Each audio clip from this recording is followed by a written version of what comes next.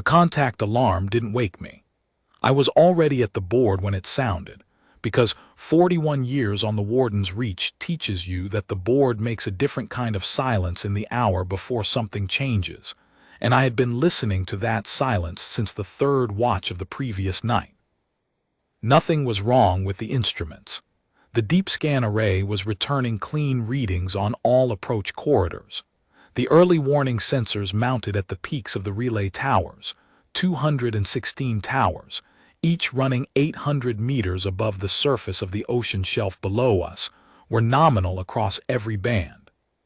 The standing fleet in its maintenance orbit was running its standard rotation. Contact traces distributed across the upper left tactical quadrant, exactly as they were supposed to be at 3:30 on a winter morning. There was no ship in the system except ours, and no signal on any monitored frequency, except the carrier tones of our own relay network and the long, patient hum of the watch itself. But the silence was wrong. Not louder than usual, not quieter, just textured differently, the way air feels before a pressure front moves through, and you cannot point to a single instrument reading to explain it, but you have lived in this air long enough to know. 41 years on this post gives you that, if nothing else. The air tells you before the instruments do. I made myself a second cup of pressed barley coffee from the thermos. 3 years past the label freshness, which on the reach means it had been cycled through 4 resupply rotations without being logged as consumed, and had therefore attained a status somewhere between tactical supply and personal institution. And I sat in the watch chair, and I waited for the board to tell me what the air had already said. At 3:47 hours it did. The Thresh fleet dropped from transit at bearing 274, distance 4.2 astronomical units, precisely where the Continuance Directorate's own navigational tables said they would emerge, on the cycle they had been running without deviation for longer than our recorded history. I had the tables. We had always had the tables. The Thresh Continuance Directorate is not subtle about its administrative rhythms. When you operate an interstellar livestock management program on a fixed resupply cycle, you file the paperwork, and the paperwork persists in your own archives, in the archives of every other administrative body that has ever interfaced with your operation, in any fragment of your own data system that is left behind at a managed site and later examined by the very population you are managing. We had their navigation tables. We had their fleet configuration schedules. We had their audit timetables, their classification protocols, their standard approach procedures, their communication format specifications, their data transmission architecture. We had been studying those tables for 40,000 years. I keyed the relay. Warden's Reach Watch Post 7, Sergeant Keeper Aldrich Vane. Contact logged at 3:47 hours. Fleet signature matches Thresh Continuance Directorate, Administrative Classification, Audit and Recovery Subtype. Transit emergence nominal at bearing 274, 4.2 AU. Beginning standard watch protocol. The duty officer on the central platform, Lieutenant Commander Sella Oren, who had the deep watch that morning, was already on the line before I finished. 7. Central. We have the contact. Fleet activation in progress. Your board is live. Standing by. Confirmed Central. Board is live. That was all. No alarm klaxons cascading through the Reach's corridor network. No all-hands scramble. No one running past the watch post window with their jacket half on and their weapon rig clipped wrong. The Warden's Reach does not do scrambles. The Warden's Reach has been ready since before I was born, since before my parents were born, since before any living person on this world drew breath. The 40,000-year watch had ended, and the 40,000-year preparation had either been sufficient or it hadn't, and in neither case was a scramble going to change that outcome in the next 5 minutes. My job that morning was what my job had been every morning for 4 decades. Sit in the watch chair, keep the board live, and be the first human voice on the channel when the Thresh Continuance Directorate called to check on their livestock holdings. So I sat, and I drank the terrible coffee. and I watched the fleet's transit signature resolve on the board into individual hull readings, with the particular satisfaction of a man who has been reading a story for 41 years, and has finally, this morning, reached the last chapter. 11 vessels, 1 flagship, a continuance-class administrative cruiser, hull designation consistent with the Directorate's senior-tier audit craft, approximately 900 meters stem to stern. 4 escort frigates in the older hull design the Thresh ran on their fixed-cycle routes. I recognized the configuration from the archive drawings, the same profile that had made the transit on this bearing once before, in the records, a very long time ago. 6 support tenders with recovery payload capacity, the equipment they brought to reprocess and extract a planetary livestock reserve. Harvest equipment. Bins and sorters and extraction frameworks designed for a species they had reduced to a manageable remnant population, and expected to find in that condition, more or less, 120,000 years later. They had come expecting to find something manageable. The escort frigates ran an active scan pulse immediately on emergence. I watched it go out on the board. The Reach's passive array had been calibrated to the Thresh scan frequency since the construction phase, because when you spend 8,000 years reverse engineering an alien fleet's technical specifications, you learn their scan bands along with everything else, and you calibrate your passive detection specifically so that you can watch them looking at you without them knowing you can see the looking. The pulse swept out. 11 seconds to reach us at 4.2 AU. 11 seconds for the return. 22 seconds for the Thresh flagship to begin receiving data that would not match its administrative file. I counted them in my head and thought about the file. The Thresh Continuance Directorate's administrative file on this planet, what they called Holding Reserve Designation 712 in their livestock classification system, because the Directorate does not name its holdings, it numbers them, had last been updated at the time of the stripping. 120,000 years ago, in the reckoning we had rebuilt from the fragments they left behind, a Thresh acquisition and processing fleet had arrived at this world. It had found a young species with early industrial capability and no spaceflight, no orbital defense, no knowledge whatsoever that anything lived in the dark between stars. The species had no category for what arrived in the sky that day, no framework for understanding it, no preparation for what followed. The acquisition fleet had spent 60 years stripping the surface, not destroying because destruction wastes the resource, and the Directorate is not in the business of waste, but taking. They took the majority of the surface population, transported via extraction platforms to what their records described as processing facilities in the outer system. They took a comprehensive biological catalog, genetic material, agricultural stocks, biological diversity samples. They took raw mineral yields. They took 60 years of systematic removal, and when they were done, they seeded what remained. The managed residual population they left behind numbered 300,000 individuals, distributed across 47 controlled enclosures, each maintained with suppressed technological development and managed resource access, each designed to produce a stable breeding population that would sustain itself across the 120,000-year interval until the next audit cycle.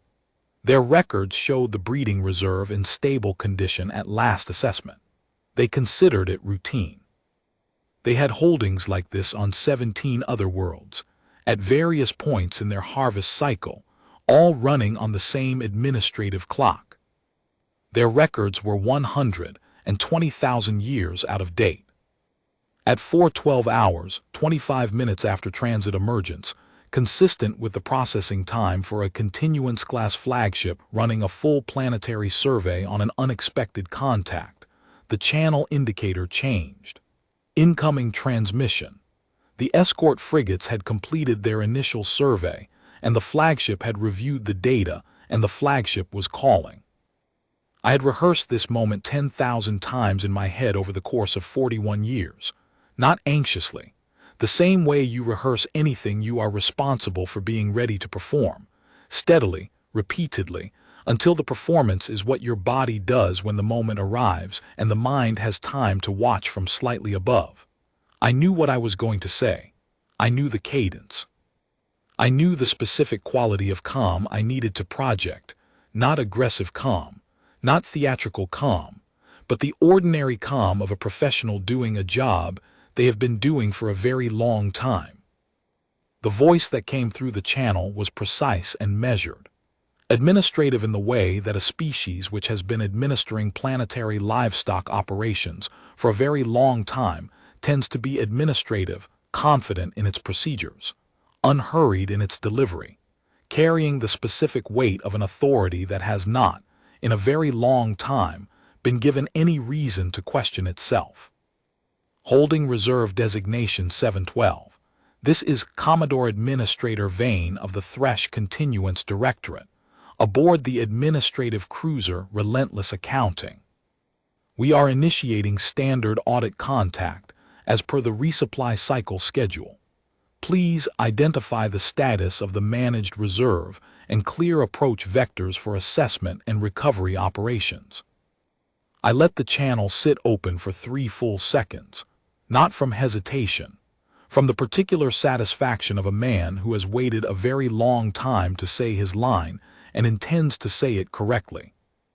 Commodore Administrator Vane, this is Sergeant Keeper Aldrich Vane, Terran Defense Corps, Warden's Reach Watch Post 7.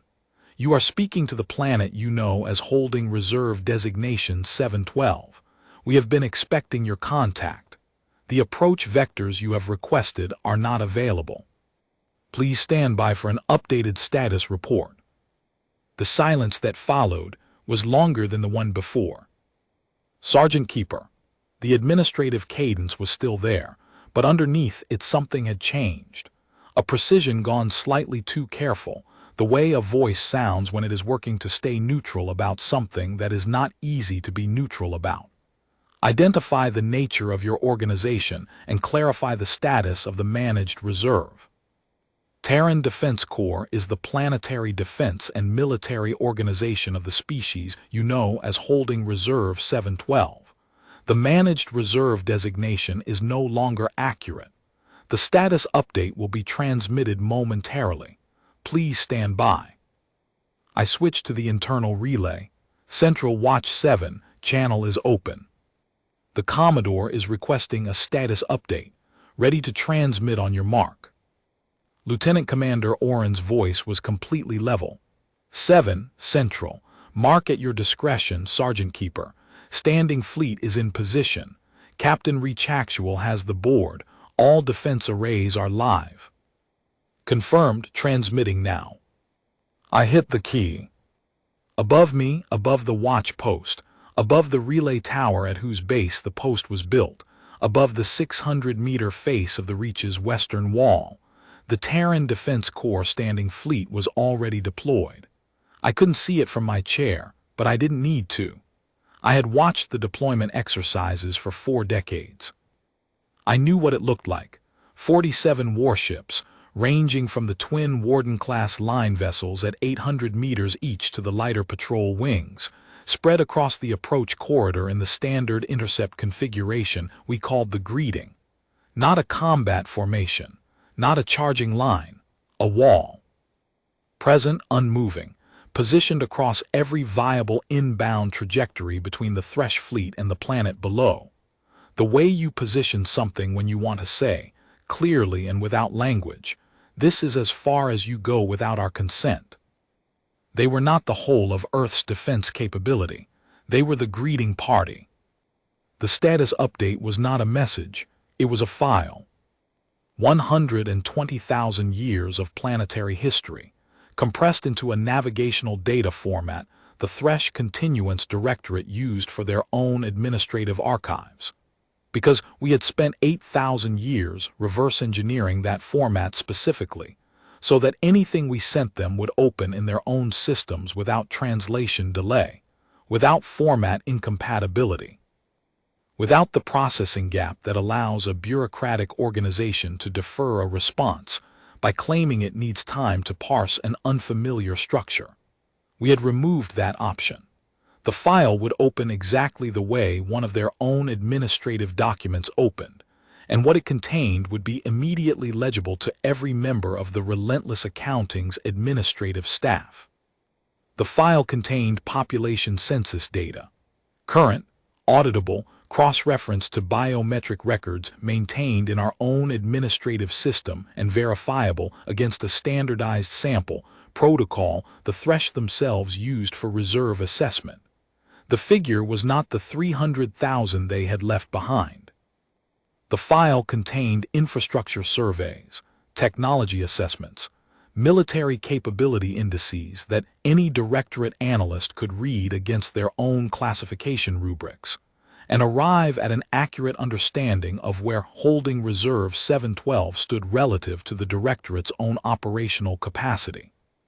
The file contained the archaeological record of the stripping itself, reconstructed from physical evidence across 7 continents, not from transmitted records or oral history, but from the physical evidence.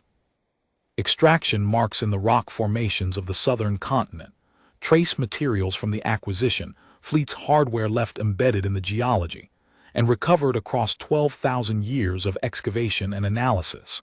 Biological marker remnants in the sediment layers, the detailed materials analysis of the extraction equipment the fleet had left behind, and that we had spent 12,000 years studying, until we understood it better than the engineers who had designed it.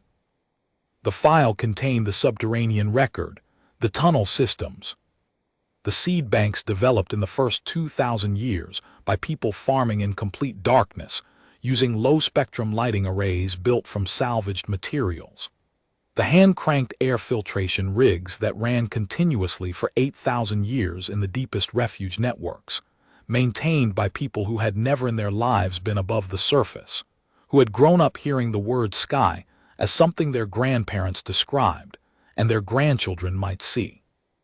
The breeding records, the medical records, the teaching records, the full documentation of how 300,000 individuals in 47 enclosures had, over 10,000 years, become a civilization again, operating entirely underground, with no direct knowledge of what the sky contained except what could be inferred from the physical evidence the stripping had left behind. The file contained the long climb, the 80,000-year arc from the first human face to emerge from a refuge tunnel and look at the sky to the day the warden's reach was commissioned and its early warning array was lit for the first time. Every major technological threshold, every population recovery milestone, every generation that handed the knowledge of what had happened and what to do about it to the generation that came after.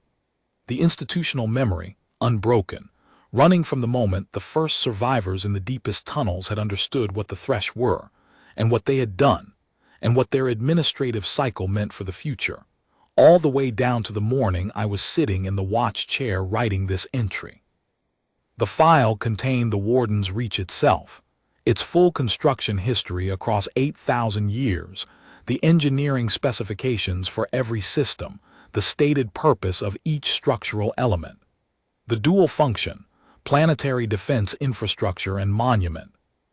The memorial wall, 4 kilometers long, faced west, inscribed with the names of every human being whose genetic line had survived the stripping and contributed to the reconstruction.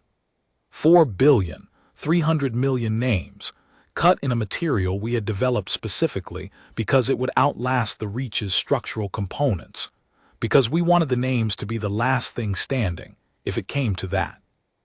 The file contained the watch record, 40,217 years of watch logs, every rotation, every maintenance report, every false alarm and drill and certification and handover, every entry from the first keeper to commission the early warning array to the entry I had written at 4:12 this morning. 160,000 hours of unbroken watch, maintained because someone, 40,000 years ago, doing the math from the Thresh's own administrative tables, had understood that the fleet would come back on a fixed schedule, and the preparation required was not dramatic. It was keeping the watch lit. At the end of the file, in the Thresh Continuance Directorate's own administrative classification language, a single notation. Holding reserve designation 712, status reclassified. See attached record. I heard the file hit their systems the way you hear something you cannot literally hear, through the texture of the channel, which went fractionally wider as the relentless accounting systems began processing a data load they had not been expecting. I noted the time, 4:17 hours. I refilled the coffee cup and watched the board. The fleet held position. The escort's formation was unchanged. The tenders showed no change in configuration. The relentless accounting sat at 4.2 AU and absorbed 120,000 years of history through a data port designed for quarterly administrative updates. At 4:29, the flagship scan array ran a second pass. Full spectrum, deep penetration. Not the quick initial survey pulse, but the kind of scan you run when the answer you got the first time doesn't match what your records said to expect, and you need to verify that what you're seeing is real, and not an instrument error, and not a misidentified signature, and not some edge case in the catalogs that can still be fitted into the administrative file with a minor notation. The pulse went out. I watched the return come in at 4:30 and watched the flagship process it for 6 minutes. The board showed me what they were seeing. The reach itself, first, its full length across the continental shelf, the relay towers and the defense arrays and the memorial wall's face, and the deep infrastructure beneath the ocean surface. The standing fleet in the approach corridor, 47 vessels spread across the tactical geometry in the greeting formation, their hull readings clear and detailed and consistent with the capability index numbers we had already transmitted. Then the planet itself, the expanded surface infrastructure, the megacity complexes along 3 coastlines, the orbital station network, the asteroid mining signatures from the outer belt, the lunar installation traffic. Everything the second scan was looking for, everything the first scan had returned that had sent the flagship running the second scan, all of it still there and still reading accurately. 6 minutes of processing. I wondered what the analyst pool aboard the relentless accounting was doing during those 6 minutes, and I thought I had a reasonable idea. I thought they were running the capability numbers against their own classification rubrics, and arriving at results that did not fit any existing category in the rubric set, and then running the numbers again, and then requesting a third opinion, and the third opinion was agreeing with the first 2. At 4:36, Commodore Administrator Vane came back on the channel. The administrative cadence was intact. It was holding itself together with the care of a professional voice operating outside the parameters for which that professionalism had been trained. Sergeant Keeper Vane. The Directorate's sensors have confirmed the presence of military vessels in the approach corridor and significant surface infrastructure inconsistent with the managed reserve status on file.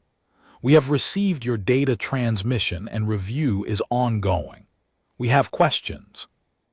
I am at your disposal, Commodore Administrator. What followed was 2 hours and 14 minutes of questions. I answered them all.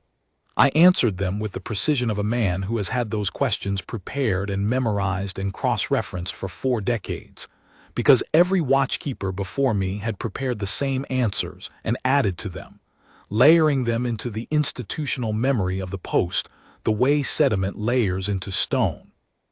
The questions moved in a pattern I had anticipated.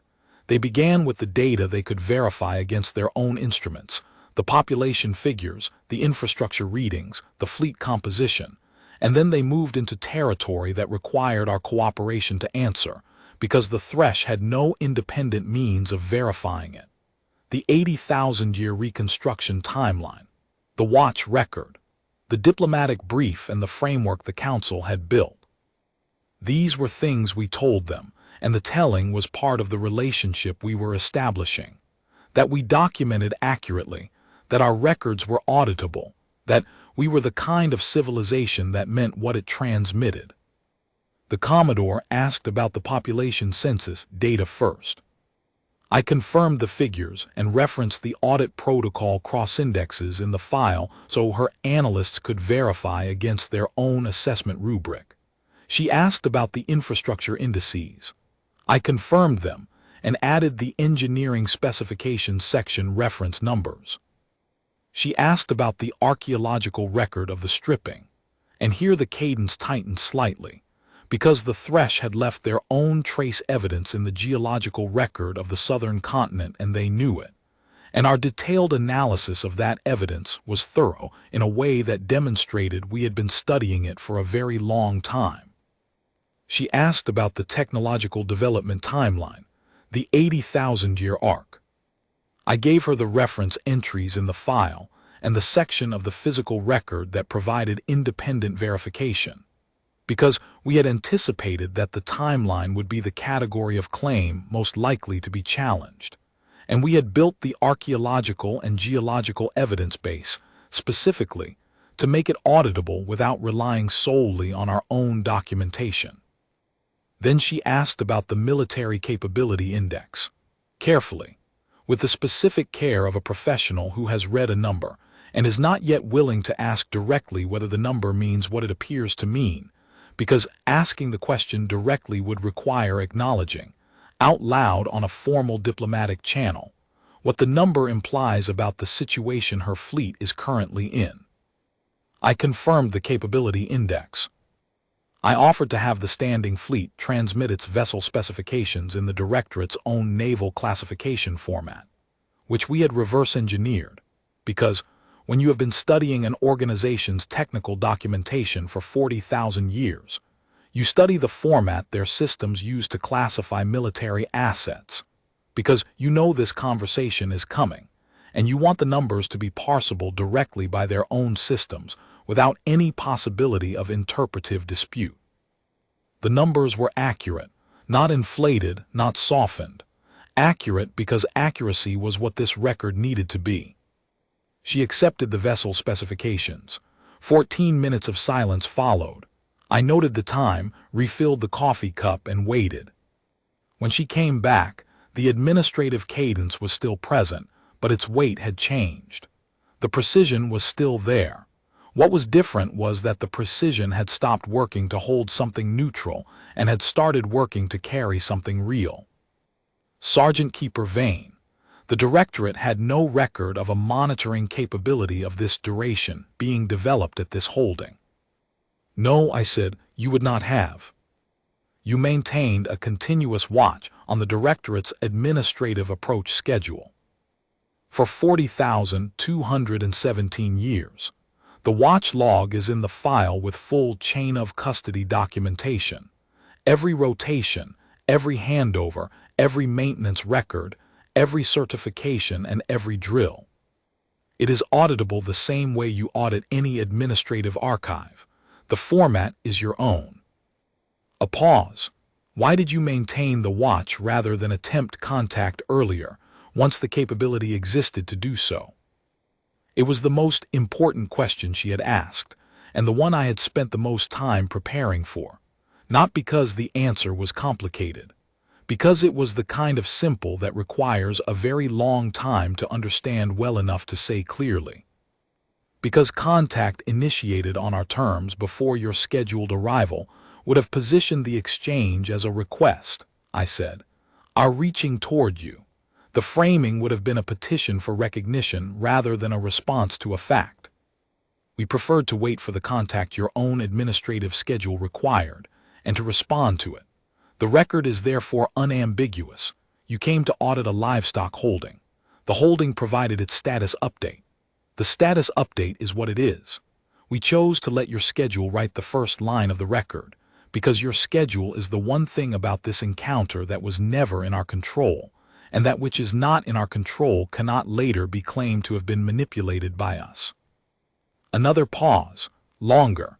When the Commodore spoke again, the precision in her voice had shifted from the precision of form following to the precision of genuine thought. You chose the moment. We chose to be ready when your moment came. Those are different things. The difference is the entire point of the record. The question of what to do with the Thresh fleet was not mine to resolve. That was Captain Idris Reachactual's domain, and above her the Reach Council, and the diplomatic architecture that the Council had spent 60 years building and refining for exactly this engagement. I was the watchkeeper. My function was the first voice and the kept log, and I had fulfilled both. The rest was going to happen at levels above my post, and I was entirely comfortable with that, because that is what it means to be part of an institution that has been planning this for 40,000 years. You know your role, you execute it, and you trust the rest of the structure.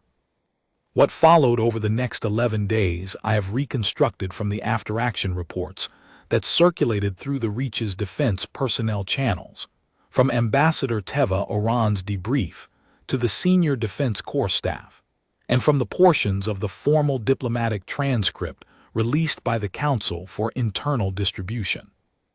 The Thresh Continuance Directorate, as an administrative organization, had no standing procedure for the situation it had encountered. Its protocol framework was comprehensive.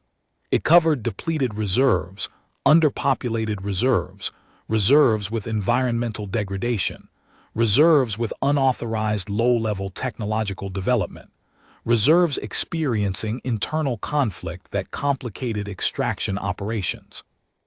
It did not cover a reserve that had, in the audit interval, developed into a spacefaring civilization, with military assets exceeding the Directorate's own audit escort capability, and that had maintained a continuous monitoring operation on the Directorate's own approach schedule for 40,000 years.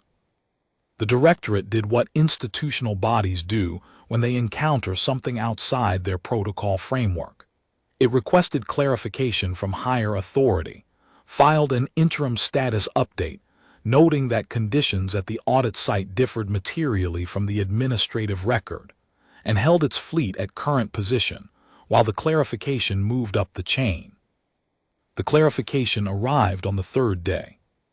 Captain Reachactual described the directive to the Council as language written by people who are very experienced administrators, and are currently experiencing something they have never experienced before, and would very much like to return to a condition where they are once again very experienced administrators in a situation they recognize.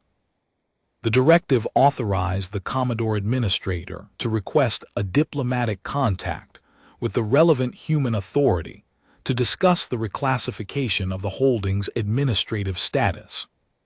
The directive did not use the phrase holding reserve after the first sentence. We logged that. Ambassador Teva Oran led the diplomatic team. The chair of external relations, which she held, was a position that had existed in unbroken institutional succession for the full duration of the watch period. Not the same person, hundreds of persons, each trained by the one before them, each adding to the brief, each prepared for the conversation that might come in their lifetime or might not, but that someone in the chair's lineage would eventually have to have. Oran was the one who had it, and she was ready for it, and what she brought to the relentless accounting was not only the data file and the capability indices, but the physical artifacts, material samples from the extraction equipment we had recovered and studied, navigation charts of our expansion, the full record of the 80,000-year climb, and photographs. The photographs were personal, not the clinical documentation of a civilization's development, but the human record, family images from the underground period, faces of people who had spent their entire lives in tunnels because the sky above them had been used by something that viewed their species as a crop. Children who had been born underground and died underground, and whose children had done the same, 4 or 5 generations of it, because the extraction and the managed suppression of their technological capacity and the careful limiting of their resource access had left them no other viable option. Faces of the people who finally came back to the surface after 10,000 years underground. Faces of their children, who had never seen a tunnel because they were the generation that built the first above-ground habitation again, and who grew up looking at the sky with the full knowledge of what was in it and what their job was. Oran deployed the photographs at a specific moment in the discussions when the Commodore Administrator, an experienced administrative professional who had been managing this conversation with professional steadiness for 3 days, reached for the procedural framing again, for reclassification and updated status assessment, as a way of returning to ground she understood. Oran took the photographs out and laid them on the table. "The administrative file says extinct," she said.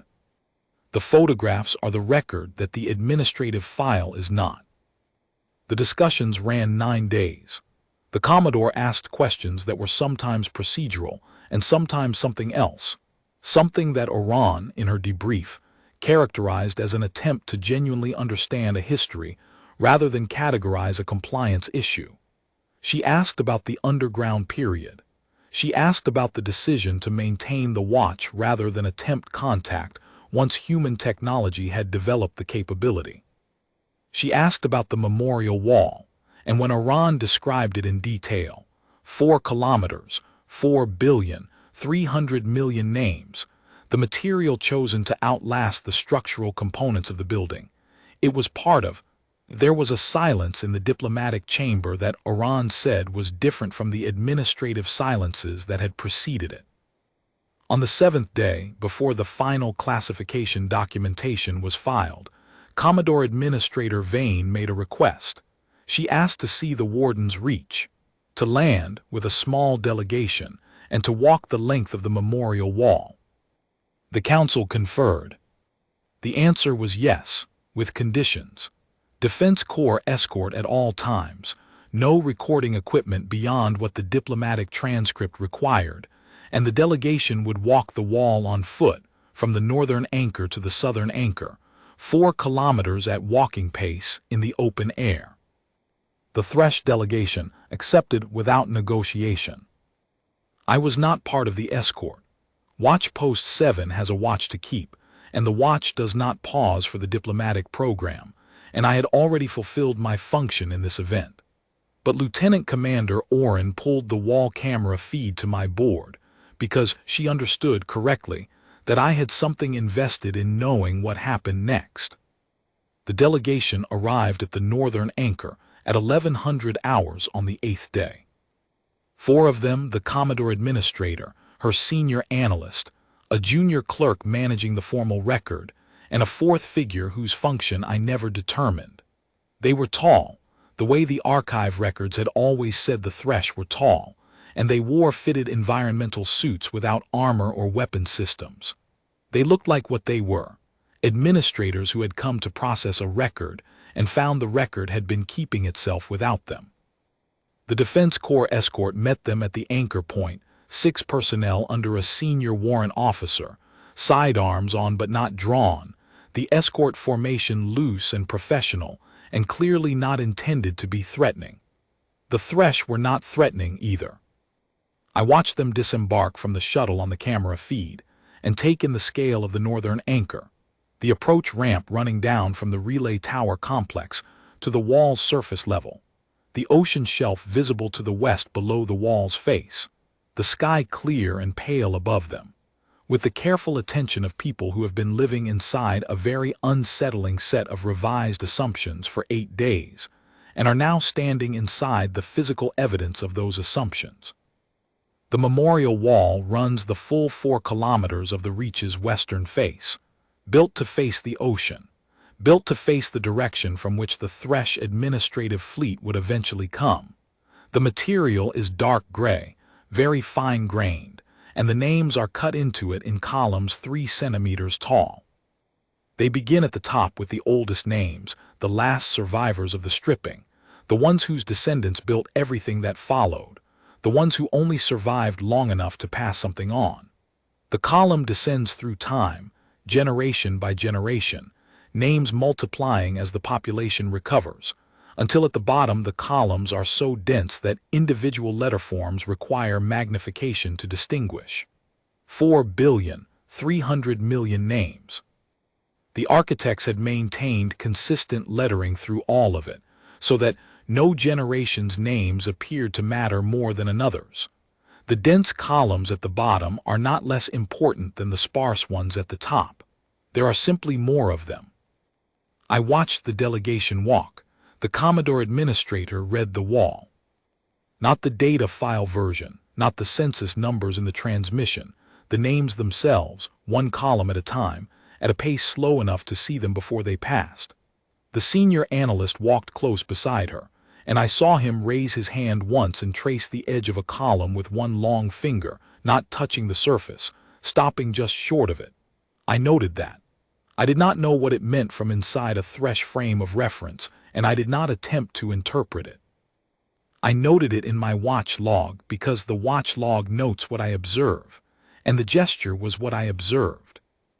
The wind off the ocean was steady at that hour, running in from the west across the wall's face, and the flags at the northern anchor point, the Reach's institutional standard and the Council's emergency authority pennant, both flying as protocol required during an active diplomatic event, were stretched horizontal in it, snapping periodically. The sound would have been audible to the delegation as they walked, a small thing. I thought about it while I watched the feed. The sound of a planet's flags in the wind above a wall of names, on a day that had been aimed at for 40,000 years, the kind of ordinary sensory detail that no amount of planning can manufacture and no administrative file can transmit. At the midpoint, where the wall transitions from the older names to the Reconstruction era and the column density abruptly doubles, the junior clerk pointed at the transition line and said something. The Commodore administrator stopped, stood there for a long time. Ambassador Oran did not speak. The escort warrant officer did not speak. The ocean wind ran across the wall's face, and the flags snapped, and the Thresh delegation stood in front of the place, where the names go from being the survivors to being the civilization, from the remnant to the recovery. I thought about what she was looking at. 3,000 generations of people between the stripping and that line. 3,000 generations of people who had no sky, who were born in tunnels and died in tunnels, and left whatever they knew to the people who came after them, who left it not because they were heroes, but because that is what people do when the thing they are passing on is all that is keeping the thing going. Not one of them knew whether it would be enough. Not one of them lived to see the outcome. They handed it on because that was the only available option that had any probability of working, and they were the kind of people who, when presented with an option that might work, did it.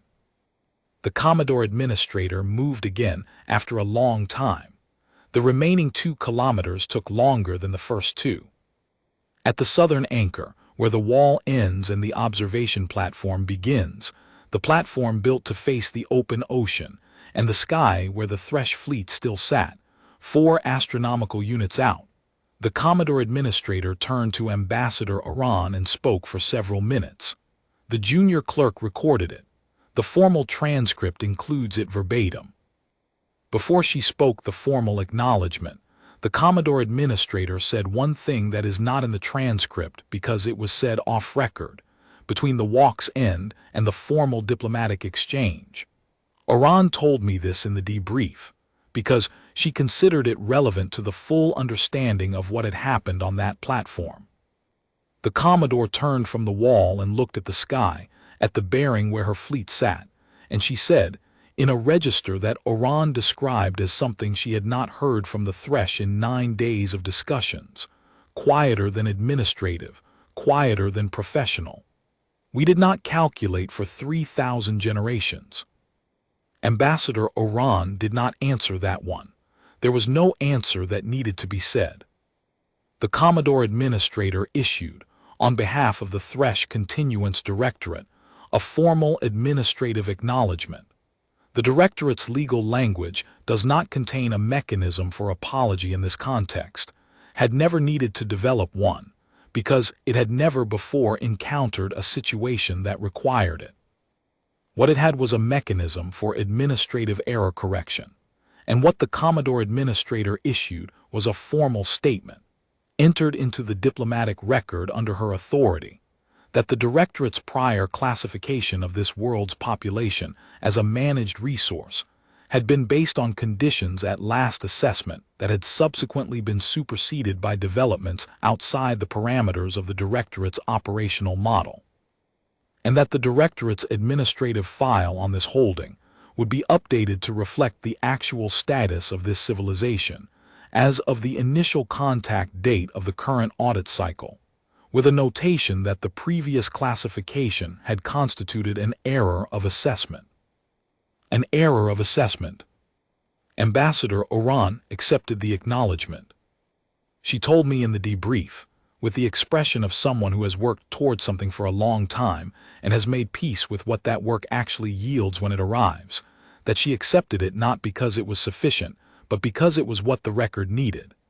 The acknowledgement, once in the Directorate's own administrative file, would travel, would go back to the Directorate's central archive, would inform how the Directorate handled every future contact with every other holding in its system, would be available to the administrative officials who dealt with the 3 other worlds, whose status our intelligence indicated was still in the livestock classification, worlds at various points in their own processes, on their own cycles, that might not have had 120,000 years and a continent-spanning defense wall.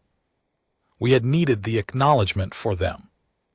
The diplomatic transcript and the updated classification file were both entered into the Directorate's own administrative data format and flagged as joint documentation, filed simultaneously in both parties' central archives, under both parties' authentication, unalterable without a joint administrative process requiring both signatories' agreement.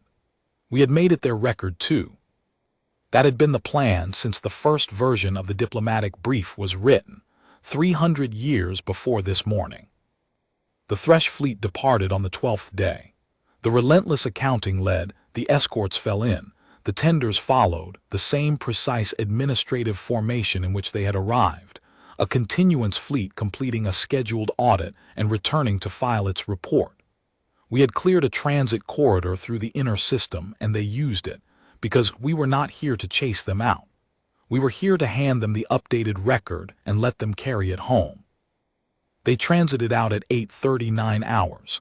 At the same bearing they had arrived on 274, 4.2 AU, precisely where the tables said they would, running the cycle as they had always run it. The cycle would not bring them back.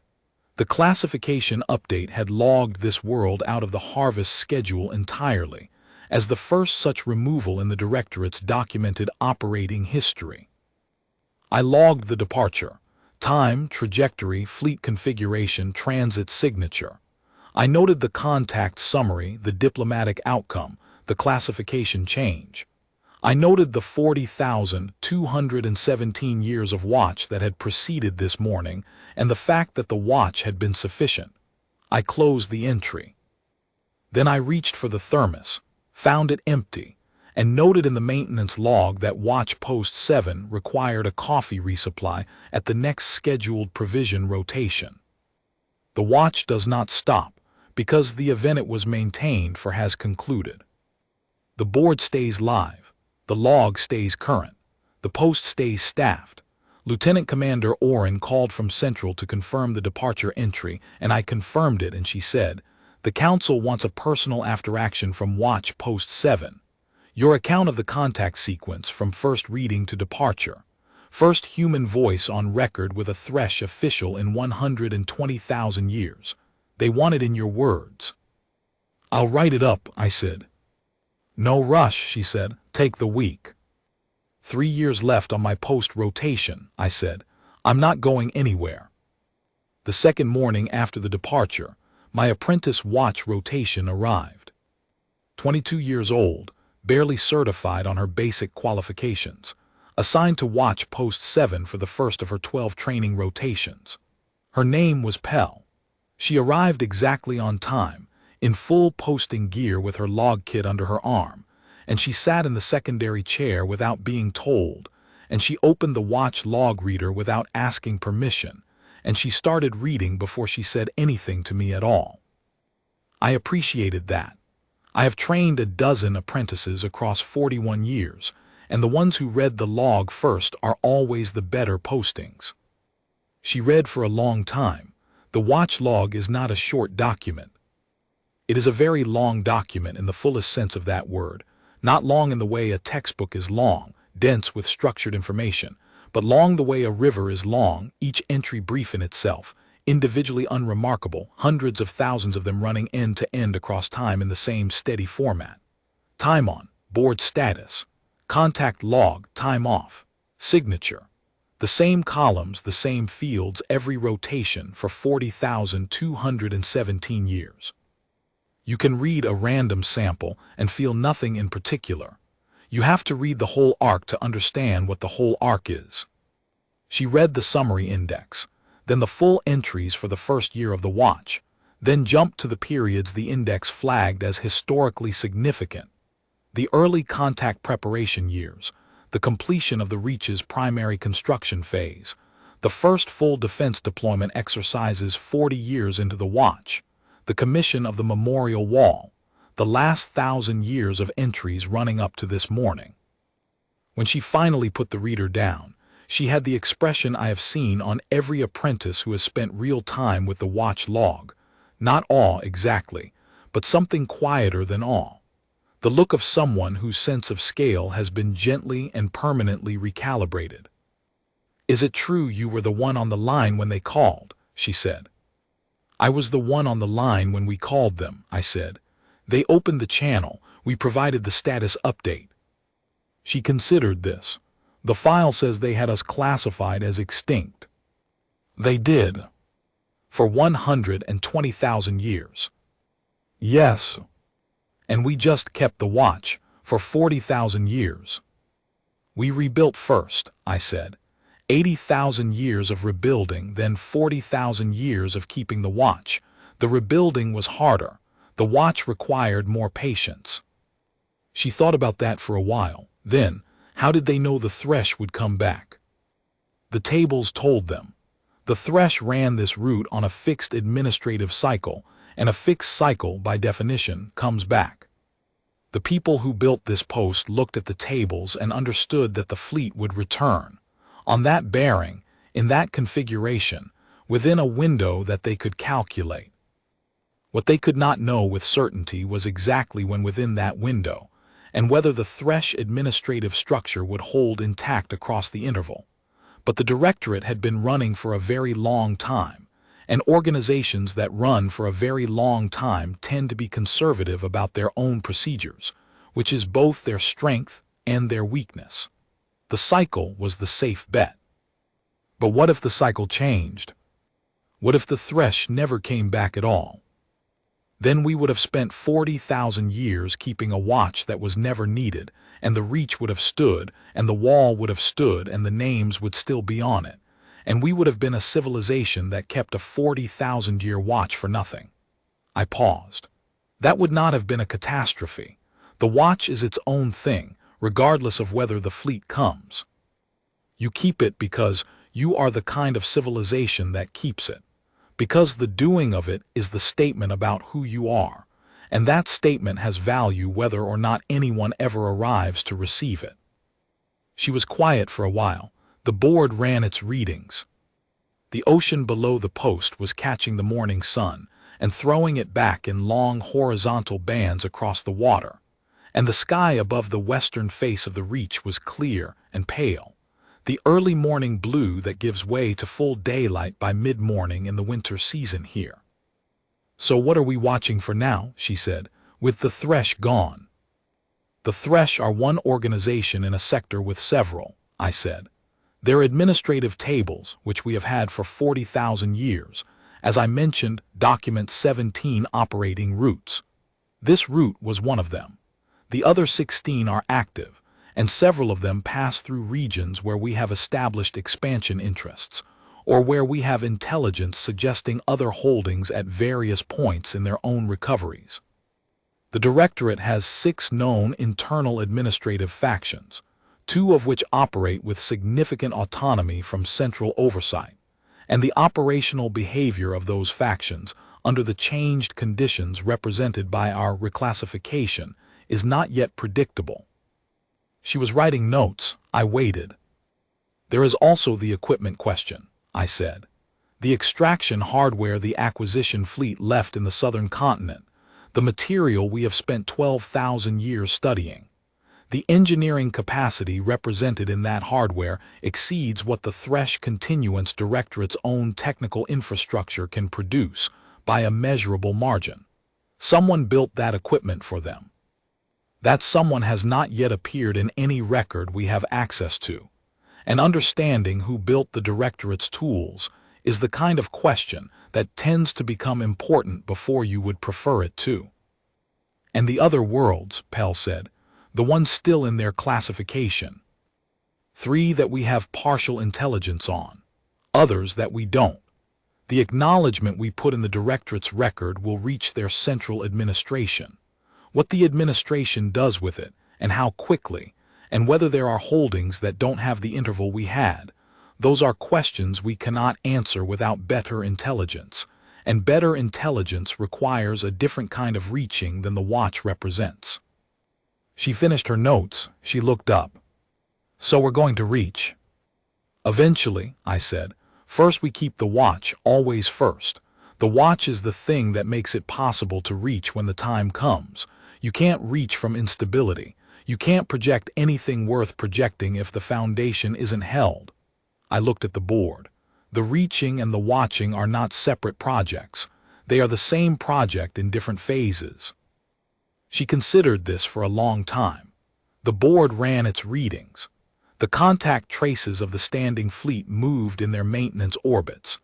The relay towers at the peaks of the Reach's western wall caught the morning sun on their upper sections, the sensor arrays and long-range detection platforms turning slowly in the standard rotation cycle. After a while, Pell said, "The coffee is really terrible." "Yes," I said.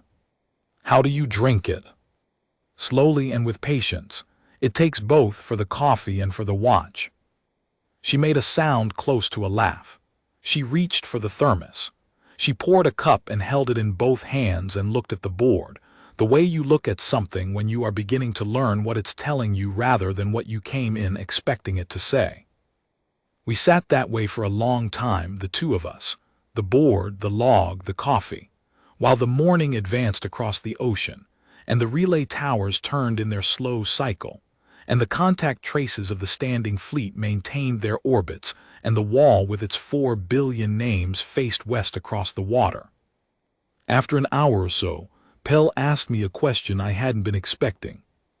"How do you feel," she said, "now that it's done?" I had been thinking about the answer to that question. Since the morning, the Thresh fleet transited out, and the board returned to nominal, and 41 years of keeping the watch gave way to the ordinary quiet of a kept watch that had done what a kept watch is kept for.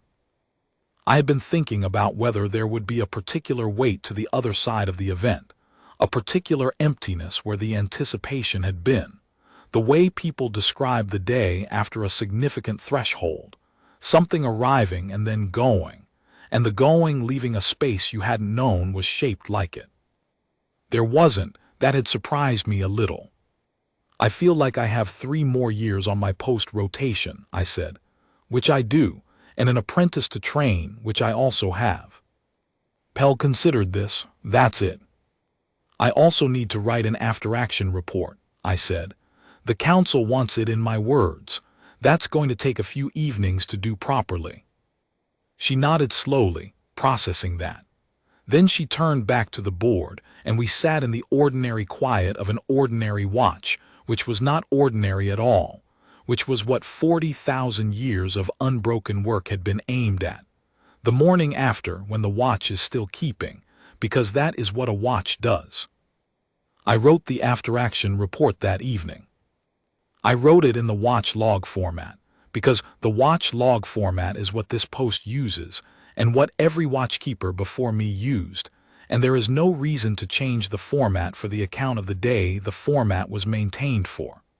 I recorded what happened in sequence, attributed correctly to what I witnessed, and what was reported through proper channels.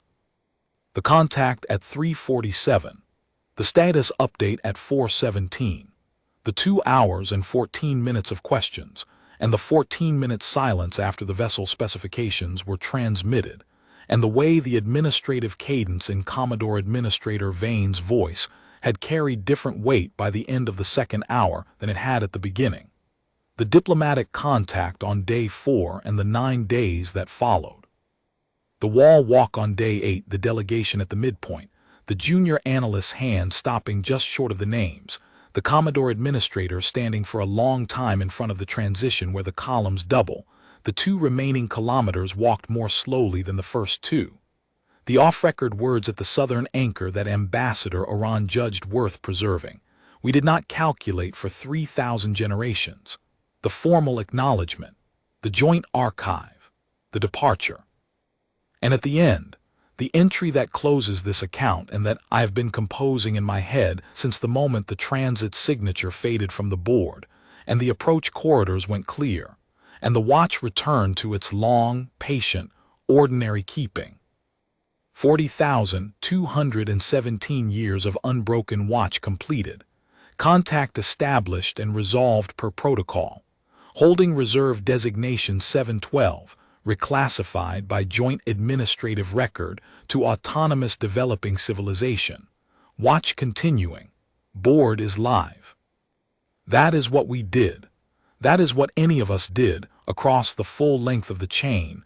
From the first keeper who lit the early warning array to the morning, I handed the secondary chair to Pell and let the next rotation begin. We kept the watch. We held the line and handed it down, generation to generation across 40,000 years, not because anyone could guarantee the fleet would come, not because anyone alive at any given point in the chain would see the outcome, but because the watch was what we had decided to be. The doing of it was the statement about who we were, and who we were going to make it possible for our children's children to be, all the way down the chain to the ones who would finally be standing at the board when the contact arrived. They were ready because we had been ready, because the ones before us had been ready, because somewhere at the beginning of the chain there had been a generation that came back out of the tunnels, looked at the sky, understood what they were looking at, and decided quietly, without drama, without certainty about the outcome, that they were going to be the kind of civilization that keeps the watch. Not spectacular, not scrappy or lucky or last second.